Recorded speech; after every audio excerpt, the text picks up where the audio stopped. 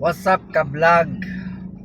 Kung gusto nyo bumili ng bulaklak, sa mga hindi pa nakakaalam, dito maraming bulaklak dito. Dito talaga yung bilihan ng bulaklak. Pakita ko sa inyo maya maya. Hanap muna kami ng pwesto. Tanong-tanong lang kami dito.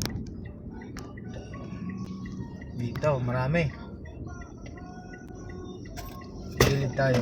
Magtanong-tanong. So, andito tayo sa mga baguhan lang ha, sa mga hindi pa nakakaalam ng bilihan ng bulaklak dito sa Manila. Dito kayo sa May Dangwa. Dito, ayan, daming display nila. So, paano nga ba pumunta rito? Pag galing kang norte, galing ka ng NLEX, diretso ka sa Bonifacio, sa dulo nun na North Cemetery, kakanan ka doon, sa kanan may makikita ka na Chinese General Hospital. Kaliwa ka, wag kang dumiretso pa, kasi pag dumiretso ka noon, ang tagos mo Rizal Avenue, Blumentritt, LRT station. So kakaliwa kanan, pag taliwa mo Aurora yon, Aurora Boulevard ba yon? Tapos kakanan ka sa may Dimasalang. Yun na yun. Pag kanan mo, dire-diretso na to. Ano ka ng tulay, dire-diretso na. Unang stoplight, Dangwa. Itong diretso na to, sa unahan yan, ayun, sa unahan, Lacson yan. Yung intersection, Lacson, Laon-Laan.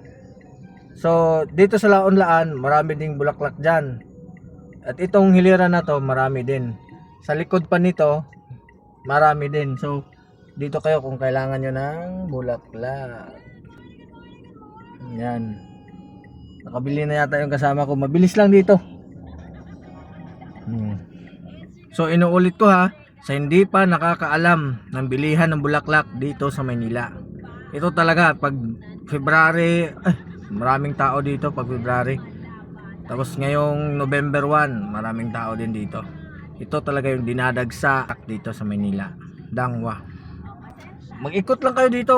Maghanap kayo kung saan kayo bibili o mas mura. Mag-ikot lang kayo, mag-ikot lang. Ang mahirap lang dito, parking. Mahirap talaga dito parking. So ngayon, dahil linggo, kaya nandito ako sa may gilid ng kalsada. Kasi yung kasama ko, dyan sa kabila nagtanong. Dito lang din mismo. So kung wala kang kasama dito, mahirapan ka. Pero kung motor, okay lang, motor. Maliit lang naman yung motor. Sasakyan yung dala natin, mahirapan tayo sa parking talaga. Yun lang yung dito, wala talagang parking. Hindi ko alam siguro may parking dito para sa mamili ng bulaklak, pero ako hindi ko alam yung saan yung parking dito So tulad nito, kung mabilis lang naman kayo, dito lang kayo sa gilid ng kalsada. Wala pa namang enforcer. So kung may enforcer, paalisin ka, alis ka na lang.